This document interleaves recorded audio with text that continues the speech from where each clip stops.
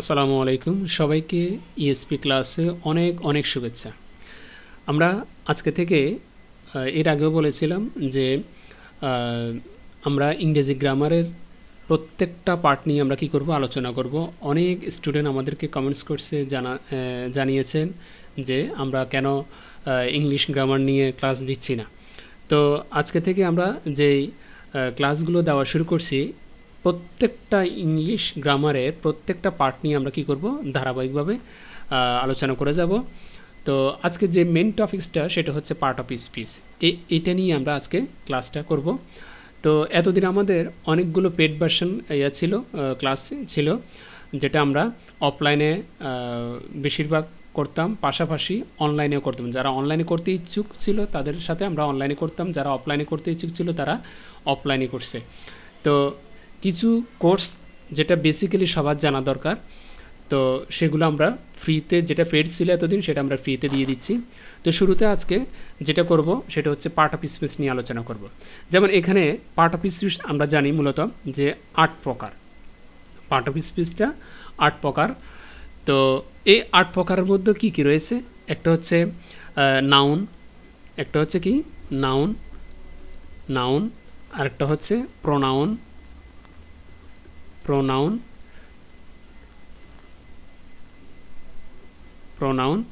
তারপর আছে অ্যাডজেক্টিভ,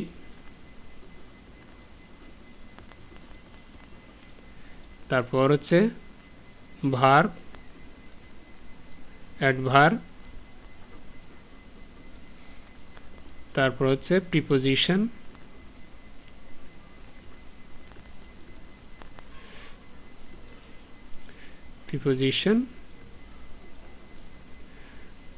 তারপর হচ্ছে কনজাংশন, তারপর হচ্ছে ইন্টারজেকশন।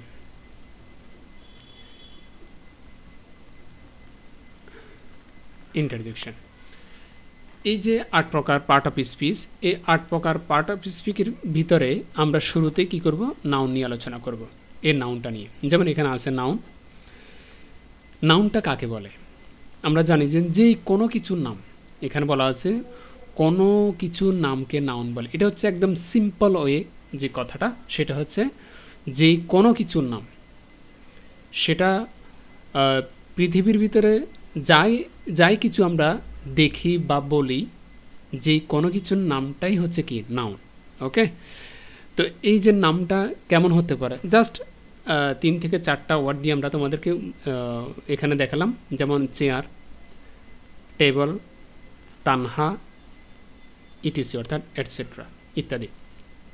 তো এই যে এই নামগুলো একটা সেন্টেন্সের ভিতরে যদি থাকে তাহলে আমরা সেটাকে কি বলি, নাউন বলি। কী রকম হতে পারে একটা সেন্টেন্স যদি আমরা এখানে লিখি? যেমন এখানে লিখলাম যে রহিম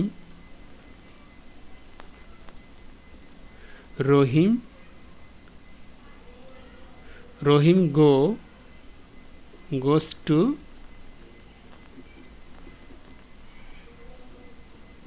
স্কুল।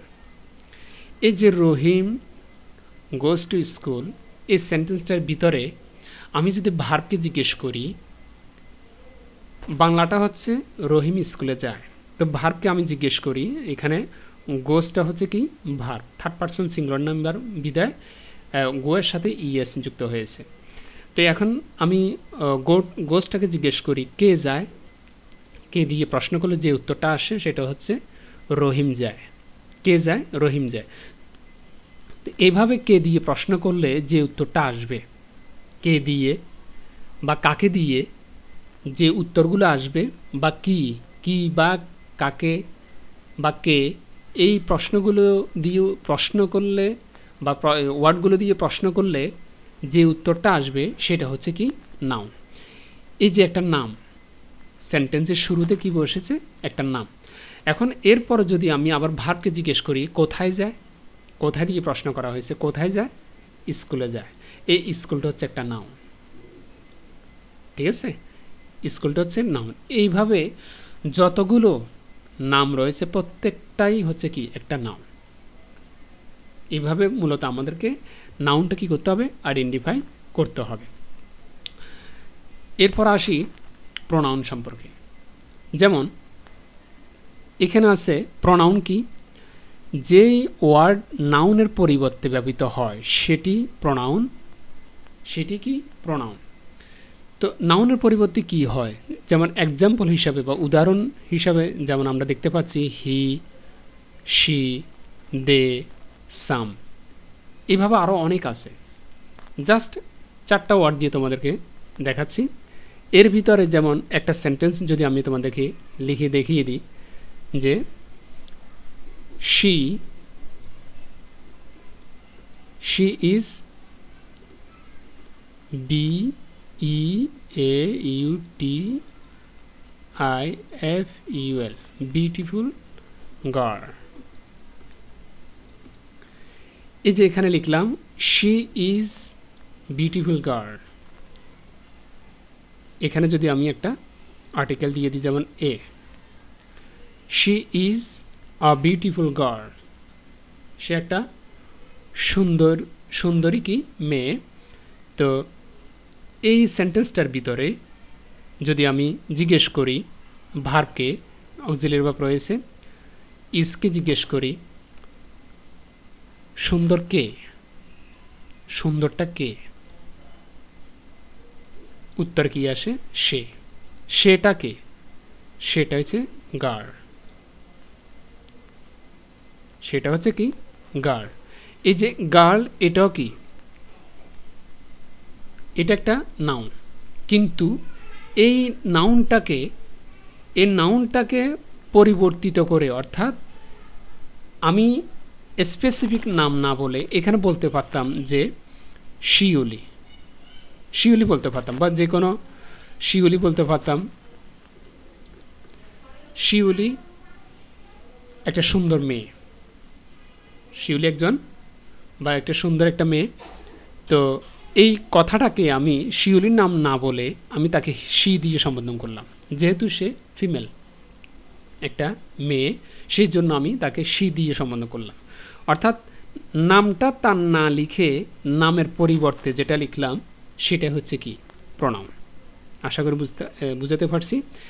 এরপরে যেমন এখানে একজন, সে একজন, তো এখানে যদি আমি একাধিকভাবে দিই যে এখানে ছেলে হতে পারে অথবা মেয়ে হতে পারে, এখানে যদি অনেকগুলো হয়, যদি এখানে তো সিঙ্গুলার অর্থাৎ সেটা হচ্ছে একজন, যদি প্লুরাল হয় তখন আমি বলতে পারি যে they R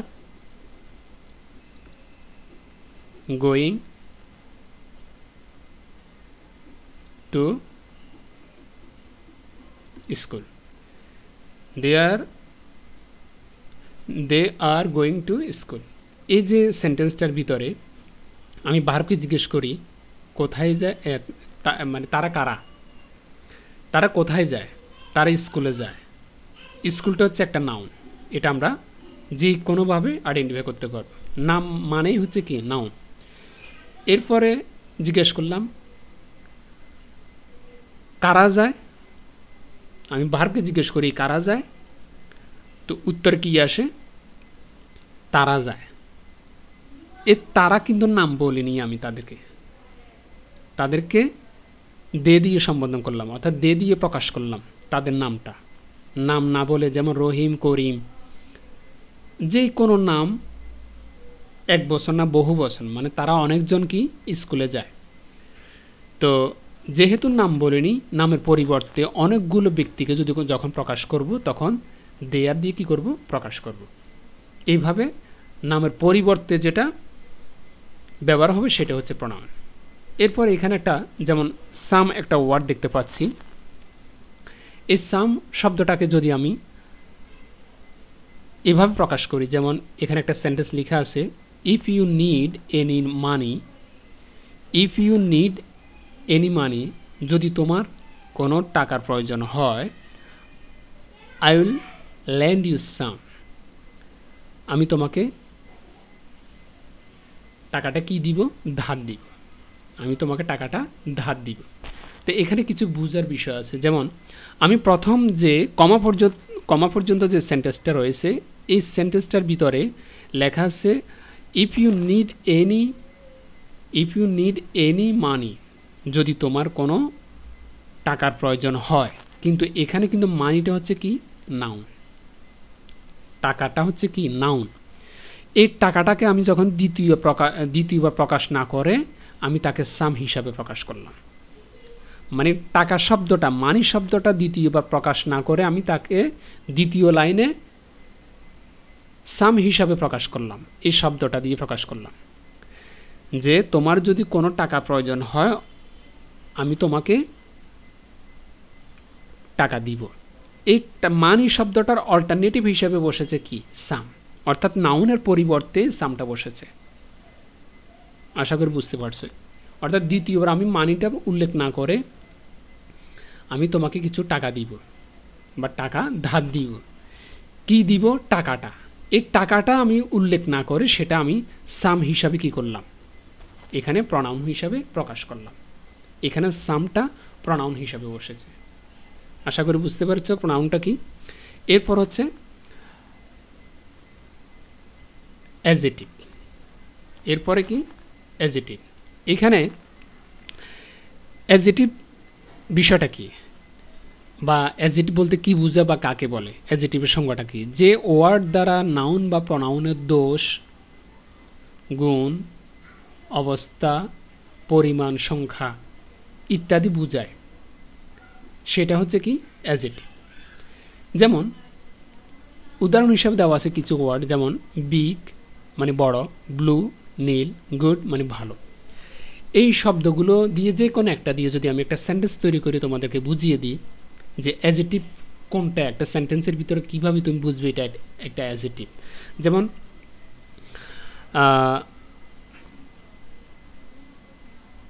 sky is blue,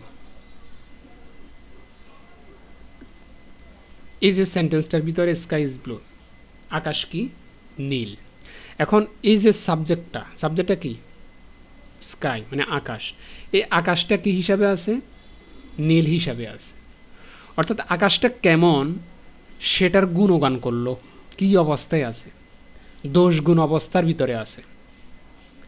আকাশটা কেমন, আমরা একজন আরেকজনকে জিজ্ঞেস করি না যে রহিম কেমন, রহিম ছেলেটা কেমন, তখন সে যদি ভালো হয় অবশ্যই ভালো বলি, যদি খারাপ হয় তাহলে খারাপই বলি, ঠিক আছে। এর তদ্রূপ আকাশটা কেমন, আকাশটা নীল। এরপরে আকাশ মাঝে মধ্যে মেঘাচ্ছন্ন থাকে। এখন এরপরে এটাকে অবস্থা হিসাবে আমি স্বীকৃতি দিতে পারি যে আকাশটা কেমন অবস্থা রয়েছে, নীল অবস্থা রয়েছে, ঠিক আছে, নীল অবস্থা রয়েছে, ব্লু, স্কাই ইজ ব্লু। এই জন্য এই যেহেতু নাউন শব্দটা অর্থাৎ আকাশটা হচ্ছে একটা নাউন, এখানে বলাই হচ্ছে যে নাউন বা প্রনাউন। নাউন বা প্রনাউনের কি হয়? দোষ গুণ অবস্থা পরিমাণ সংখ্যা নির্দেশ করে কিসে? এই অ্যাডজেক্টিভ ওয়ার্ডগুলো দিয়ে। এইভাবে হাজার হাজার অ্যাডজেক্টিভ ওয়ার্ড রয়েছে। এই অ্যাডজেক্টিভের ওয়ার্ডের কাজ হচ্ছে যে নাউন বা প্রনাউনের কি করা? দোষ গুণ অবস্থা বিচার করা। এখন যদি ব্যক্তি হিসাবে যদি চিহ্নিত করা হয় যে করিম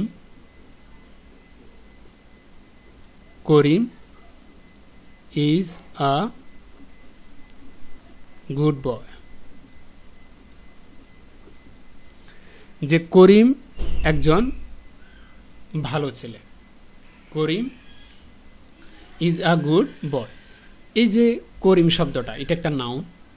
করিম শব্দটা কি? একটা নাউন। এই নাউন শব্দটাকে মডিফাই করলো কে? অ্যাডজেক্টিভে। আমি ভার্বকে জিজ্ঞেস করলাম, ইজটা অক্সিলারি বা বিবার, ওকে জিজ্ঞেস করলাম যে রহিম কেমন, রহিম কেমন, তো সে উত্তর আমাকে বলল রহিম ভালো। তো ভালো শব্দটা কি? গুড। এই গুডটা হচ্ছে একটা অ্যাডজেক্টিভ। এই অ্যাডজেক্টিভ দিয়ে মূলত কার প্রশংসা করা হচ্ছে? সাবজেক্টেতে। সাবজেক্টটা কি? সাবজেক্টটা করিম। এইভাবে, ঠিক আছে। এখন এভাবে আমরা প্রত্যেকটা জিনিসের কি করতে পারি? দোষ গুণ অবস্থা প্রশংসা বা মানে যেটাই হোক তার অবস্থা বা তার সম্পর্কে বর্ণনা করতে পারি। এই বর্ণনা করাটাই হচ্ছে কি, অর্থাৎ দোষগুণের অবস্থা বা বিশেষায়ন করাইটা হচ্ছে কি অ্যাজেটিভ। অ্যাজেটিভ শব্দটা হচ্ছে বিশেষায়ন, ঠিক আছে। এরপরে ভার, এই যে ভার্ব মানে হচ্ছে কাজ বা কর্ম। আমরা অনেকে কর্ম বলি, কর্ম অনেকে বুঝে না। কর্মটা হচ্ছে কাজ, যে কোনো কাজে হচ্ছে কর্ম। তো ভার্ব কাকে বলে বা ভার্বের সংজ্ঞাটা কি? যে কোনো কাজ করা বা হওয়া বা থাকা বা লওয়া যাওয়া, যে কোনো কিছু হতে পারে, এ সম্পর্কে কিছু বলাটাই হচ্ছে কি ভার্ব। যে কোনো কিছু লওয়া, হওয়া, খাওয়া, বোঝা, মানে কোনো কাজ করাইটাই হলো কি ভার্ব। কোনো কাজ করাটাই হলো ভার্ব। যেমন এখানে তিনটা ওয়ার্ড দিয়েছিলাম যে ইট, প্লে, গো। এই তিনটা ওয়ার্ড দিয়ে আমি অন্ততপক্ষে সেন্টেন্সের ভিতরে কীভাবে ব্যবহার হয় আর কোনটাই সেন্টেন্সের ভিতরে ভার্ব সেটা আমি তোমাদেরকে আইডেন্টিফাই কীভাবে করবে সেটা দেখিয়ে দিচ্ছি। যেমন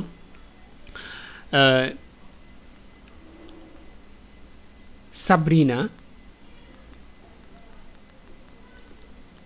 সাবরিনা goes to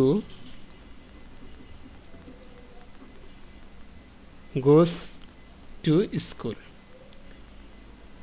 এখন এতটুকু পরে আমি এই সেন্টেন্সটার ভিতরে যদি আলাদা আলাদাভাবে আইডেন্টিফাই করি, যেমন এই সাবরিনা এটা একটা নাম, এটা একটা মেয়ের নাম, অর্থাৎ এই সেন্টেন্সটার ভিতরে সাবজেক্টটা হচ্ছে সাবরিনা, এরপরে ভার্বটা হচ্ছে কি গোস, এরপর হচ্ছে প্রিপোজিশন, এরপর হচ্ছে অবজেক্ট একটা নাউন।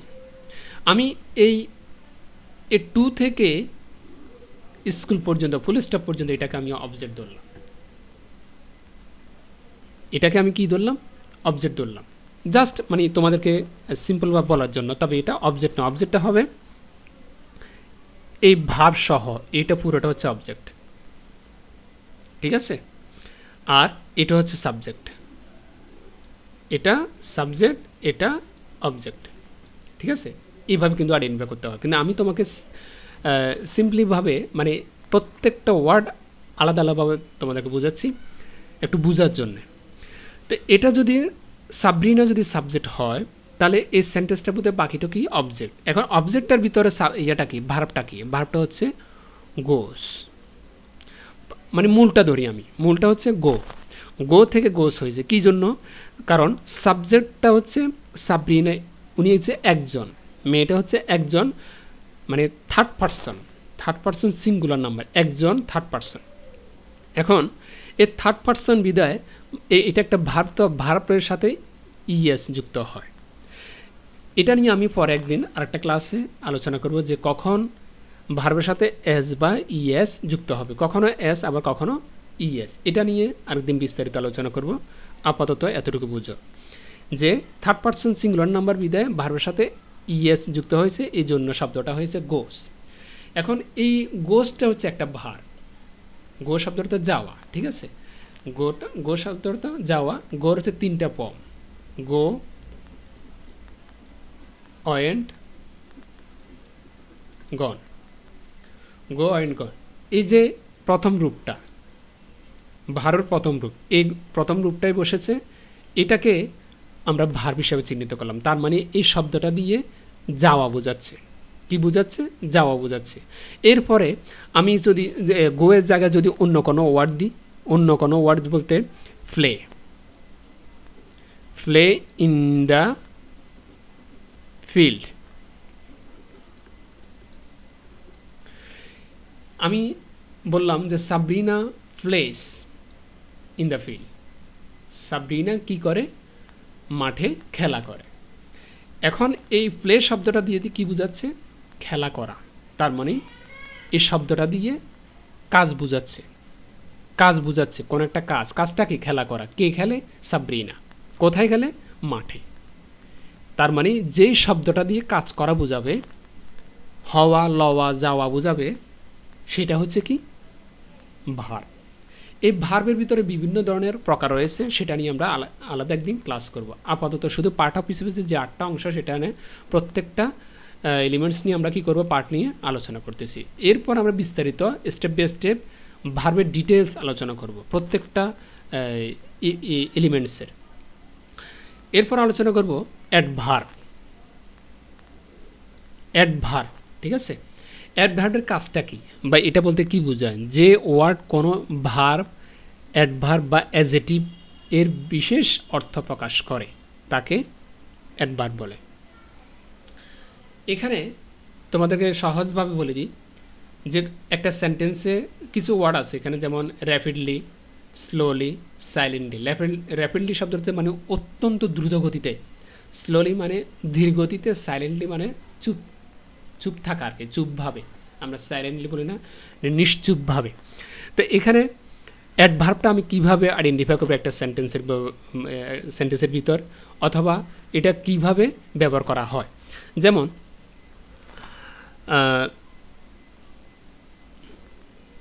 আগের সেন্টেন্সটা দিয়ে উদাহরণ দিই, যে সাব্রিনা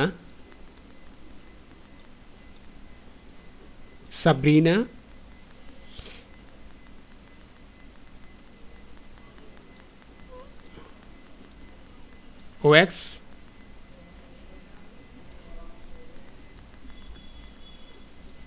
র্যাপিডলি, এতটুকু দিলাম। বা র্যাপিডলি অন দ্য রোড।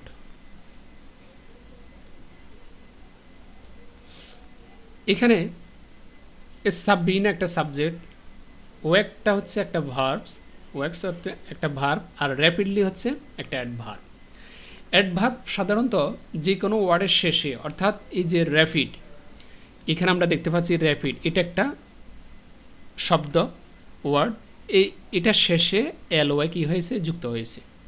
কোনো শব্দের শেষে যদি এলওয়াই যুক্ত হয় সেটা হচ্ছে কি, সচরাচর অ্যাডভার্ব, অ্যাডভার্ব হয়ে যায়। তো অ্যাডভার্ব চেনার অনেকগুলো উপায় রয়েছে, আমরা এগুলো নিয়েও কি করব, আলোচনা করব। যেমন যে শব্দটার শেষে এলওয়াই আছে, যেমন র্যাপিডলি মানে দ্রুত গতিতে, Sabrina wax rapidly on the road, যে সাবরিনা রাস্তায় দ্রুত গতিতে কি করে, হাঁটে। সাবরিনা রাস্তায় দ্রুত গতিতে হাঁটে। এখন এই সেন্টেন্সটার ভিতরে যে র্যাপিডলি শব্দটা রয়েছে, এটা আমি কি করলাম, আইডেন্টিফাই করলাম, এটা একটা অ্যাডভার্ব। এখন এটা কার, অর্থাৎ কার প্রশংসা করার, কার বিশেষায়ন করতেছে, কার, এই ভার্বের। আমি কিভাবে বুঝলাম ভার্বের? ভার্বকে জিজ্ঞেস করি যে সাবরিনা কিভাবে হাঁটে, ভার্বকে জিজ্ঞেস করলাম যে সাবরিনা কিভাবে হাঁটে। সাবরিনা অত্যন্ত র্যাপিডলি গতিতে হাঁটে, র্যাপিডলি মানে দ্রুত গতিতে। কিভাবে হাঁটে? দ্রুত গতিতে হাঁটে। এ কিভাবে বা কেমন করে, এই সমস্ত শব্দগুলো দিয়ে যখন তুমি প্রশ্ন করবে, প্রশ্নের উত্তরে যে উত্তরটা আসবে সেটা হচ্ছে অ্যাডভার্ব, সেটা হচ্ছে কি, অ্যাডভার্ব। এর সংক্ষেপে এই বিষয়টা তোমাদেরকে বুঝিয়ে দিলাম। এর র্যাপিডলি জায়গায় যদি আমি স্লো দিই, স্লোলি, কিভাবে হাঁটে, স্লোলি হাঁটে। কিভাবে হাঁটে, র্যাপিডলি হাঁটে, দ্রুত গতিতে হাঁটে। এই বিষয়টা তোমরা খেয়াল রাখবে, ঠিক আছে। বা কিভাবে কথা বলে, এবার প্রশ্ন করে কিভাবে কথা বলে, সাইলেন্টলি, চুপ হয়ে মানে নিশ্চুপভাবে কথা বলে, মানে যেটাকে আমরা ফিস ফিস বলি, ঠিক আছে। এরপরে প্রিপোজিশন। প্রিপোজিশনটা অনেকে কঠিন মনে করে, আসলে এটা কঠিন না, বুঝলে সব কিছুই সহজ। এখানে প্রিপোজিশনটা একটু ভেঙে বলে দিই, যে বাংলায় প্রি শব্দের অর্থ হচ্ছে পূর্বে। এই যে একটা শব্দ গঠন হয়েছে এ প্রি, এই প্রি শব্দের অর্থ হচ্ছে কি, পূর্বে। আর পজিশন শব্দের অর্থ হচ্ছে অবস্থান। পজিশন, এই পজিশন, এই পজিশন শব্দের অর্থ হচ্ছে অবস্থান, তার মানে পূর্বে যার অবস্থান। তো পূর্বে কার পূর্বে অবস্থান করবে? অবস্থান বলতে এটা বোঝাচ্ছে বসাটা, অবস্থান বলতে এটা বসা বোঝাচ্ছে। যেই সব শব্দ নাউন বা প্রনাউনের পূর্বে অবস্থান করে বাক্যের অন্যান্য ওয়ার্ডের সাথে কিংবা অংশের সাথে নাউন বা প্রনাউনের যে একটা সম্পর্ক হয় সেটা হচ্ছে কি প্রিপোজিশন, বা অন্যান্য ওয়ার্ডের সাথে যে একটা সম্পর্ক স্থাপন করে সেটা হচ্ছে কি প্রিপোজিশন। যেমন প্রিপোজিশন কয়েকটা এখানে আমি নমুনা দেখাচ্ছি, যেমন of, on, under, in, at, over, below, throughout, by, about, until, etcetera ইত্যাদি অনেক ধরনের প্রিপোজিশন রয়েছে। আমি সেন্টেন্সের মাধ্যমে তোমাদেরকে বুঝিয়ে দিই। আমি এই বিষয়টা আরেকটু রিপিট করি। কোনটা? যে কাকে বলে বিষয়টা, যে নাউন বা প্রনাউনের প্রিপোজিশনের কাজ হচ্ছে নাউন বা প্রনাউনের কি আগে বসা। পূর্বে মানে কি আগে, আগে বসা, আগে বসে অন্যান্য যে ওয়ার্ডগুলো থাকবে একটা সেন্টেন্সের ভিতরে ওই ওয়ার্ডগুলোর সাথে একটা সম্পর্ক স্থাপন করবে, তার কাজে হচ্ছে প্রিপোজিশন। ওইটাকে কি বলে? প্রিপোজিশন। যেমন the fan, the fan, the fan under the table, the fan under the table, the fan এখানে একটা ইয়া দিই, অক্সিলারি ভার্ব দিই, the fan is under the table। এই যে এখানে the fan, এটা একটা হচ্ছে নাউনটাকে আমি নির্দিষ্ট করে বললাম the fan। এই ফ্যানটা কোথায়? ভার্বকে বলি কোথায়, ফ্যানটা কোথায়? আন্ডার, নিচে। কিসের নিচে? এই টেবিলের নিচে। তার মানে এই যে টেবল, এটাকে আমি নির্দিষ্ট করে টেবলটা বললাম, মানে নির্দিষ্ট করে উল্লেখ করে বললাম যে এটা একটা টেবল। এই টেবলটার নিচে আছে কি? আছে এই ফ্যানটা। The fan is under the table, যে টেবলের নিচেই ফ্যানটা কি রয়েছে। এই যে মনে করো যে এটা একটা টেবল,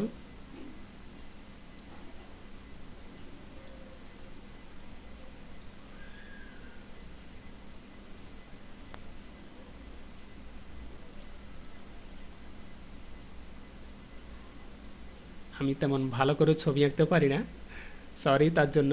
মনে করো এটা একটা টেবল, হ্যাঁ, এই টেবলটার নিচে, টেবলটার নিচে কি আছে? ফ্যান আছে। টেবলটার নিচে কি আছে? ফ্যান আছে। এই টেবলটার নিচে যদি উপরে হতো তাহলে এবাব হতো। কি হতো? এবাব হতো, বা অন হতো। অন, অন বলতে এটা উপর বোঝাচ্ছে। এবাব বলতে এটা শূন্য থাকবে, যেটা কোনো ধরা ছোঁয়া যায় না। যেমন বিমানটা, বিমানটা যদি ঘরের উপর দিয়ে যায় সেটা কিন্তু এবাব হবে, ঠিক আছে, বা ওভার হবে, ঠিক আছে, এভাবে। কিন্তু এখানে কোনো কিছুর নিচে, কোনো বস্তুর নিচে যদি কোনো একটা বস্তু থাকে, বস্তুর নিচে যদি কোনো একটা আর একটা বস্তু থাকে, সেটাকে আন্ডার দিয়ে কি করা হয়? আখ্যায়িত করা হয়, চিহ্নিত করা হয়। তার মানে এখানে বোঝা যাচ্ছে এই আন্ডারটা একটা কি প্রিপোজিশন। আন্ডারটা একটা কি প্রিপোজিশন, আমরা এখানে দিয়েছি এই প্রিপোজিশন, ঠিক আছে। যেমন I live, I live at CTG. আমি এখানে লিখলাম যে আই লিভ অ্যাট সিটিজি, ঠিক আছে। এখানে এই সেন্টেন্সটার ভিতরে প্রিপোজিশন কোনটা? তোমাদেরকে যদি বলা হয় এই সেন্টেন্সটার ভিতরে প্রিপোজিশন কোনটা, নিশ্চয় কি অ্যাট বলবে, কারণ অ্যাটটা একটা নামের পূর্বে বসেছে, আগে বসেছে। নামটা কি? সিটিজি। সিটিজি এটা সংক্ষেপ হচ্ছে চিটাগং। চট্টগ্রামটাকে সংক্ষেপে সিটিজি বলে। এই চিটাগংয়ের পূর্বে কি আছে? অ্যাট আছে। তার মানে এই চিটাগংটা হচ্ছে নাউন। এর নাউনের পূর্বে কি বসেছে? অ্যাট বসেছে। আই লিভ অ্যাট চিটাগং, কারণ এটা একটা ছোট শহর, ঠিক আছে। তা আমি আবার এটা সেন্টেন্সটাকে একটু বাড়িয়ে দিই। যেমন অফ বিডি, বিডি বলতে তো অনেকে বুঝো নাকি? বিডি মানে বাংলাদেশ। এই বিডি অর্থাৎ আমি বাংলাদেশে চট্টগ্রামে কি করি? বাস করি বা থাকি। I live at Chittagong of Bangladesh, আমি বাংলাদেশের চিটাগংয়ে থাকি। এই বাংলাদেশে, বাংলাদেশটা একটা বড় একটা শহর, এই শহরের বা একটা বড় একটা দেশ, এই দেশের একটা অঞ্চল, সেটা হচ্ছে চট্টগ্রাম। এই চট্টগ্রামের আগে কি বসেছে? অ্যাট বসেছে। ঠিক আছে। আর বড় স্থানের আগে সচরাচর অফ মানে র এর প্রকাশ করার জন্য বাংলাদেশের কোথায় আছি? চিটংয়ে আছি। এই র এর র প্রকাশ করার জন্য মূলত অফের ব্যবহার। ঠিক আছে, এটা মনে রাখবে। এইভাবে প্রত্যেকটা প্রিপোজিশন কি করা হয়? ব্যবহার করা হয়। আমি দুটো সেন্টেন্স দিয়ে আমি তোমাদেরকে বুঝিয়ে দিলাম যে কিভাবে একটা সেন্টেন্সের ভিতর প্রিপোজিশনটা ব্যবহার করা হয়। এরপর আসি কনজাংশন। কনজাংশনের কাজ হচ্ছে কি? তোমার সংযুক্ত করা। কি সংযুক্ত? যেমন যেসব ওয়ার্ড একাধিক শব্দ, বাক্য কিংবা ক্লজকে সংযুক্ত করে তাকে কনজাংশন বলে। যেমন and, but, yet, or, for, nor, so, because, etc. মানে ইত্যাদি আরও রয়েছে। যেমন এখানে যদি আমি দুটো ওয়ার্ডকে যেমন বলি যে করিম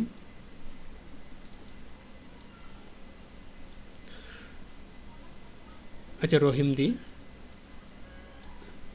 রহিম and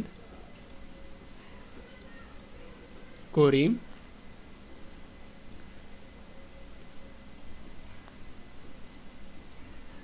works in the morning.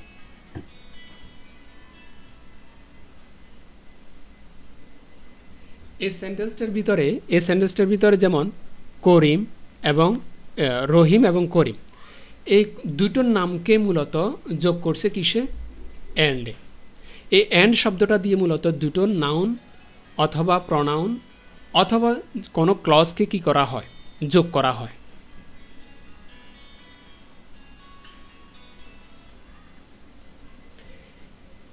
এইভাবে যে কোনো সেন্টেন্সে যোগ হইতে পারে অথবা যে কোনো ওয়ার্ডও যোগ হইতে পারে। তদ্রূপ যেন একটা সিম্পল সেন্টেন্স যদি তোমাদেরকে দেখাই, যেমন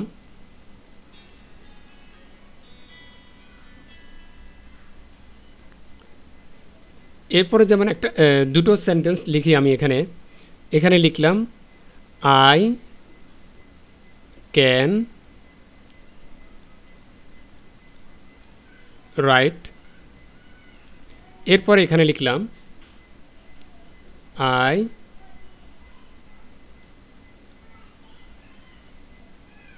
cannot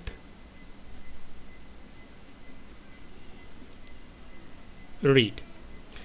এই যে দুটো সেন্টেন্স আই ক্যান রাইট আমি লিখতে পারি, আবার লিখলাম আই ক্যান নট রিড আমি পড়তে কি করি না? পারি না। এই যে দুটো সেন্টেন্সটিকে যদি আমি মাঝখানে যদি বাট দিয়ে দিই, বাট একটা কি? কনজাংশন। এখন কি হবে সেন্টেন্সটা? এখানে ফুল স্টপ নেই, এখানে কি নেই? ফুল স্টপ নেই। এখানে লিখলাম আই ক্যান রাইট আমি কি করতে পারি? লিখতে পারি। বাট কিন্তু আই ক্যান নট রিড কিন্তু আমি পড়তে পারি না, আমি পড়তে পারি না। এই যে দুটো সেন্টেন্সকে এন্ড দিয়ে বাট দিয়ে কি করা হলো? যুক্ত করা হলো। এটার নামে হচ্ছে কি? কনজাংশন। এই শব্দটার নামে হচ্ছে কি?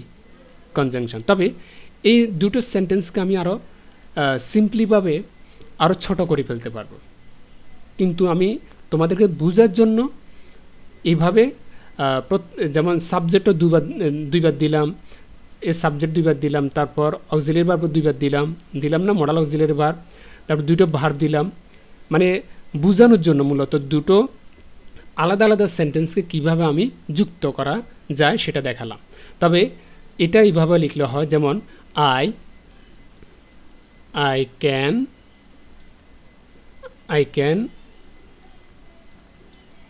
Right but not read. এইভাবে মানে সিম্পলিভাবে সংক্ষেপে লিখে ফেললাম I can write but not read, যে আমি লিখতে পারি কিন্তু পড়তে পারি না, মানে সংক্ষেপে লিখে দিলাম। এই যে সেন্টেন্সটা কিভাবে যুক্ত হয়, এটা ওয়ার্ডও হইতে পারে দুটো সেন্টেন্সও হইতে পারে, দুটো ক্লজও হইতে পারে, মানে যেটাই ধরি না কেন এইভাবে মূলত কনজাংশনের ব্যবহারটা হয়। এরপর আমরা চলে যাচ্ছি ইন্টারজেকশনে। ইন্টারজেকশনের কাজ কি বা কোনটা ইন্টারজেকশন? ইন্টারজেকশনটা মূলত হচ্ছে যা দ্বারা মনের আবেগ প্রকাশ করা হয় তাকে ইন্টারজেকশন বলা হয়। মনের আবেগ বলতে কী রকম বোঝাচ্ছে? অনেক ধরনের মনের আবেগ, অনুভূতি, অনেক কিছুই আসে। এগুলো প্রকাশ করাটাই হচ্ছে কি ইন্টারজেকশনের কাজ। যেমন কিভাবে প্রকাশ করা হয়, কি কি ওয়ার্ড দিয়ে আমরা মনের ভাব প্রকাশ করতে পারি, অনেক ধরনের, তবে কিছু আশ্চর্যবোধক ওয়ার্ড রয়েছে। এই আশ্চর্যবোধক ওয়ার্ডগুলো হচ্ছে কি এক ধরনের ইন্টারজেকশন। কী রকম?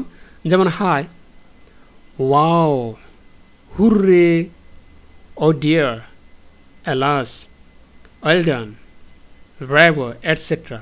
এই শব্দগুলো মূলত কি ইন্টারজেকশন। যেমন একটা সেন্টেন্স দিয়ে যদি তোমাদের বলি, হঠাৎ করে কারোর সাথে দেখা হচ্ছে, তখন তুমি কি বলবে? হাই বা হ্যালো এটা বলবে, এটা একটা ইন্টারজেকশন। আরেকটা সেন্টেন্স যেমন হুররে, এই শব্দটা দিয়ে যদি করি, hurray,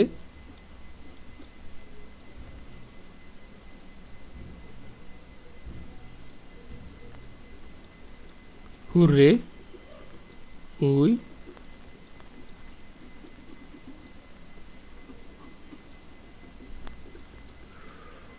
hurray we won the game.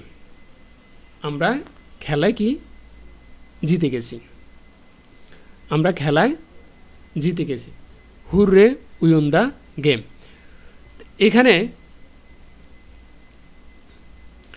এই শব্দটা অর্থাৎ একটা সেন্টেন্সের আগে যেটা আমরা দেখতে পাচ্ছি আশ্চর্যবোধক চিহ্ন দিয়ে দেওয়া, এই আশ্চর্যবোধক চিহ্ন দিয়ে দেওয়া যতগুলো শব্দ থাকবে তোমরা লেখার ভিতরে দেখবে বা বইয়ের ভিতরে দেখবে, প্রত্যেকটা ওয়ার্ডই আশ্চর্যবোধক চিহ্ন দেওয়া, প্রত্যেকটা ওয়ার্ডই কি interjection word.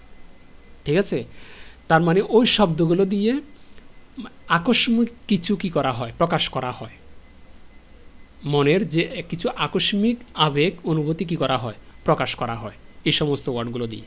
Hurray we won the game, আমরা খেলায় জিতে গেছি, এটা একটা আনন্দের বিষয়। এই আকস্মিক ওয়ার্ডগুলোর ভিতরে আনন্দও আছে, দুঃখেরও কি আছে, ওয়ার্ড আছে। ঠিক আছে? যেমন এ এলাস, হাই, আমরা বলি না এলাস হাই, কি হয়ে গেল? ঠিক আছে না? লজ্জা শরমের কিছু ওয়ার্ড আছে, যেমন ফাই ফাই, আমরা এটাকে বলে ছি ছি, FIA, ফাই। ঠিক আছে? ফাই ফাই মানে ছি ছি। এইভাবে তুমি কি করতে পারবা, লাস্টে আশ্চর্যবোধক চিহ্ন দিয়ে দিবা, এটা একটা ইন্টারজেকশন ওয়ার্ড। ঠিক আছে? তো এইভাবে সেন্টেন্সে কি করা হয়, এগুলো ব্যবহার করা হয়। এরপরে একটু জানি নাউন নিয়ে সামান্য একটু আলোচনা করি। যেমন নাউনে এখানে বলা হচ্ছে যে নাউনটাকে মূলত দুই ভাগে ভাগ করা হয়েছে, একটা হচ্ছে কাউন্টেবল নাউন আর একটা হচ্ছে আনকাউন্টেবল অথবা নন কাউন্টেবল নাউন।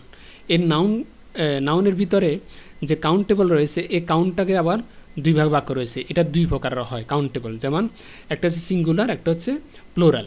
একটা সিঙ্গুলার, একটা প্লুরাল। এই কাউন্টেবল নাউনগুলো তোমার দুই ধরনের হয়ে থাকে, সিঙ্গুলারও হতে পারে, প্লুরাল হতে পারে। কিভাবে? সংক্ষেপে যেমন এখানে দেখি কাউন্টেবল নাউন, যেমন আ পেন্সিল, একটা পেন্সিল, আ টেবল বা আ বয়, মানে একজন একজন করে প্রকাশ করলাম। এরপরে যদি আনকাউন্টেবল নাউন দেখায়, যেটা গণনা করা যায় না, যেমন ওয়াটার, পানি, মিল্ক, যেমন রাইস, এগুলো কিন্তু গণনা করা যায় না, এটা পরিমাপ করা যায়। ঠিক আছে? যেটা গণনা করা যায় না সেটা হচ্ছে আনকাউন্টেবল নাউন, এটা মনে রাখবে। এরপরে যেমন আমরা একটা চার্টের ভিতরে তোমাদেরকে যদি দেখাই, যেমন এখানে আছে আ পিস অফ ব্রেড, যে তোমার পাউরুটির টুকরা, এক টুকরা পাউরুটি বা পাউরুটির একটা টুকরা, এটা হচ্ছে সিঙ্গুলার হিসাবে আছে, আ পিস। এরপর আছে যেমন 2 pieces অফ ব্রেড, যে পাউরুটির দুইটা টুকরা, এটা হচ্ছে প্লুরাল। এভাবে এখানে অনেকগুলো চার্ট দেওয়া আছে, তোমরা দেখে নিতে পারো, আমি দেখাচ্ছি। এটা স্ক্রিনশট নিয়ে তোমরা কি করতে পারো, নিতে পারো এবং মিলাতে পারো কোনটা সিঙ্গুলার কোনটা প্লুরাল, কি কি দেওয়া আছে এটা এইভাবে। এরপরে যেমন একটা সেন্টেন্সের ভিতরে যদি দেখাই তোমাদেরকে যে she bought a bar of soap yesterday, যে গতকাল সে, মানে সে বলতে একটা মহিলাকে বোঝাচ্ছে, গতকাল সে সাবানের একটা বার কিনেছিল। এটাকে আইডেন্টিফাই করো। যেমন আ বার অফ সো মানে সাবানটাকে বার বলা হয়, একটা সাবানের টুকরা মানে একটা সাবান কিনেছিল। একটা সাবান এভাবে না বলে এটাকে বলতে হবে আ বার অফ সো, মানে সাবানের একটা অংশ বা একটা টুকরা সে কি করেছিল, কিনেছিল। তো এখানে এটা একটা সিঙ্গুলার হিসেবে ব্যবহার হয়েছে। কিভাবে নাউনটা ব্যবহার হয় সেটা তোমাদেরকে দেখাচ্ছি। কিসের নাউন? এর সব এটা একটা নাউন মানে সাবান, এই সাবানের একটা টুকরা, এটা সিঙ্গুলার হিসেবে ব্যবহার হয়েছে আ বার অফ সপ। ঠিক আছে, এরপর হচ্ছে I bought 2 pieces of equipment. এখানে দুইটা ইকুইপমেন্টের কথা বলা হয়েছে, যেমন 2 পিসেস, এখানে এটা প্লুরাল বোঝাচ্ছে, এটা সিঙ্গুলার না। এরপরে যেমন কাউন্টেবল নাউন, আনকাউন্টেবল নাউন একই অর্থ প্রকাশ করে, কিন্তু একটি কাউন্টেবল নাউন আর একটি আনকাউন্টেবল নাউন এটা কিভাবে প্রকাশ করবে। যেমন আমি তোমাদেরকে বুঝিয়ে দিই। যেমন এখানে আছে কাউন্টেবলের ভিতরে আছে আ ম্যান অথবা আ ম্যান, মানে ম্যানটা প্লুরালও হতে পারে এভাবে, অর্থাৎ MAN এভাবে লিখতে পারবা, আবার MEN এভাবে লিখতে পারবা। যেমন এখানে আ ম্যান বোঝাচ্ছে একজনকে, আর এখানে ম্যানকাইন্ড বোঝাচ্ছে সমগ্র মানব জাতিকে। ম্যানকাইন্ড সমগ্র মানব জাতি, এটা হচ্ছে বাংলা অর্থ ম্যানকাইন্ড। এটা হচ্ছে আনকাউন্টেবল, তুমি এটাকে চাইলে গণনা করতে পারবে না। সমগ্র মানব জাতিকে মানে সারা পৃথিবীর ভিতরে সমগ্র মানব জাতিকে বোঝাচ্ছে, মানব অর্থাৎ মানুষের একটা জাত, এটাকে বোঝাচ্ছে। এরপরে যে যেমন আ জব, একটা জব তুমি কি করতে পারবে, গণনা করতে পারবে, অথবা 2টা 3টা 4টা এইভাবে জবগুলো কি করতে পারবে, কাউন্ট করতে পারবে, গণনা করতে পারবে। কিন্তু কাজটা তুমি কখনো গণনা করতে পারবে না। কাজ কখনো গণনা করা যায়? তুমি এটা বলতে পারো না একটা কাজ 2টা কাজ, না, কখনো পারবে না। আমি কাজটাকে বোঝাচ্ছি, তুমি যে কাজটা করো এটা ডিপলি ভাবে চিন্তা করো, যে কাজটা করো এটাকে কখনো গণনা করা যায় না। ঠিক আছে, এটা একটা কাজ, ওয়ার্ক, মানে তুমি যে কাজটি করবে সেটা কখনো গণনা করা যায়। কিন্তু তুমি যেই মানে জব দিয়েও কাজ বুঝায়, তবে এই জব আর এই ওয়ার্ক একই কথা নয়। তোমরা হাই স্কুল লেভেলের যারা ছাত্রছাত্রী আছো তোমরা জিনিসটা অনেকে বুঝে নিতে পারবে না, তবে যারা অ্যাডভান্স লেভেলের আছে তারা সহজে বুঝে গেছে বিষয়টা। এরপর আছে যেমন আর ট্রাফিক জ্যাম বা ট্রাফিক জ্যাম, যানজট যেটাকে বলা হয়।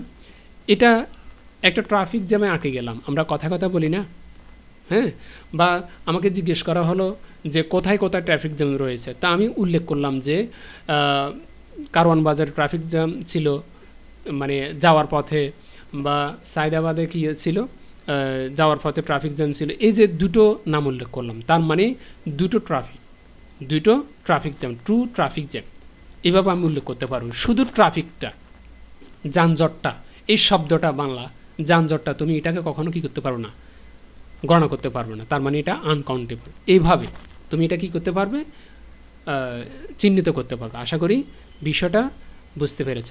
এরপরে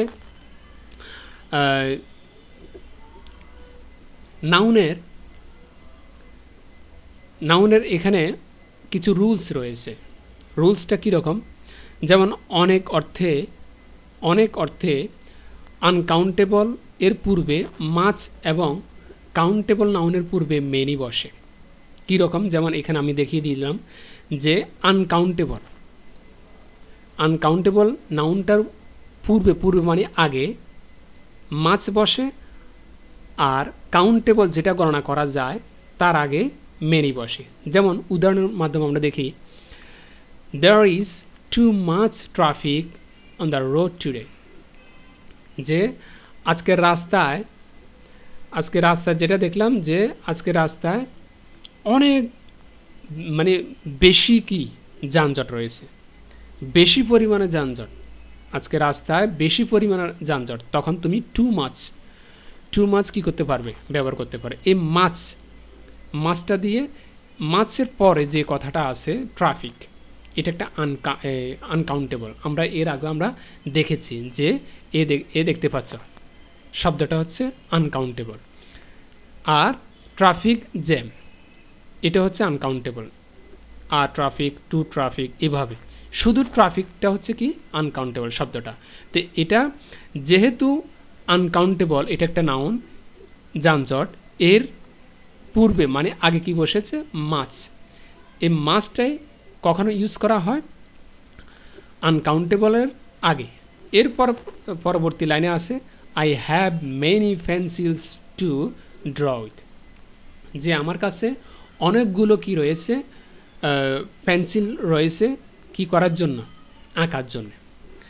যে আমার কাছে আঁকার জন্য অনেকগুলো পেন্সিল রয়েছে, যে অনেকগুলো পেন্সিল, এই পেন্সিল এটা একটা নাউন, কাউন্টেবল, মানে পেন্সিলগুলোকে তুমি কাউন্ট করতে পারবে, গণনা করতে পারবে, যার জন্য তার আগে কি বসেছে, মেনি। মেনি বলতে অনেকগুলো, অনেকগুলো এটা কাউন্ট করা যায়। তার মানে এই নাউন মেনি শব্দটা কোথায় ব্যবহার হয়, কাউন্টেবল নাউনের আগে। এইভাবে তোমরা আশা করি বুঝতে পেরেছো যে কখন আনকাউন্টেবল নাউনের পূর্বে মাছ আর মেনি বা ব্যবহার করতে হয়, সেটা তোমরা আশা করি বুঝতে পেরেছো। তো এরপরে তোমরা আমাকে শুধু কমেন্টস সেকশনে জানাবে যে তোমরা গ্রামার বিষয়গুলোর ভিতরে কোন কোন বিষয়ে বা কোন কোন টপিক্সের উপরে তোমরা ক্লাস চাও। আমরা তো প্রতিদিন ধারাবাহিকভাবে একটা একটা দিয়ে যাব। এরপরেও তোমাদের ইমিডিয়েটলি যদি কোনো ক্লাস থাকে জানার, স্পেসিফিকভাবে নাম বলে দিবে কমেন্টসে, আমরা চেষ্টা করব এই বিষয়ে তোমাদেরকে ক্লাস দেওয়ার জন্য। আর অবশ্যই চ্যানেলটি সাবস্ক্রাইব করে রাখবে। আর কেউ যদি অ্যাডভান্স লেভেলে গ্রামার নিয়ে কেউ পড়তে চাও অনলাইনে, আমাদের সাথে যোগাযোগ করতে পারো। আমরা অনলাইনেও কি করে বেসেও পড়াই, আবার সিঙ্গলও আমরা কি করি অনলাইনে পড়াই। তো তোমরা যদি কেউ পড়তে চাও অবশ্যই আমাদের ফেসবুক পেজেও তোমরা যোগাযোগ করতে পারবে, অথবা কমেন্ট সেকশনেও ইউটিউবে কমেন্ট সেকশনে তোমরা যোগাযোগ করতে পারবে। তাহলে আজকে এই পর্যন্তই, আগামীতে আরেকটি ক্লাস নিয়ে দেখা হবে। এই পর্যন্তই, ভালো থাকো, খোদা হাফেজ, আসসালামু আলাইকুম।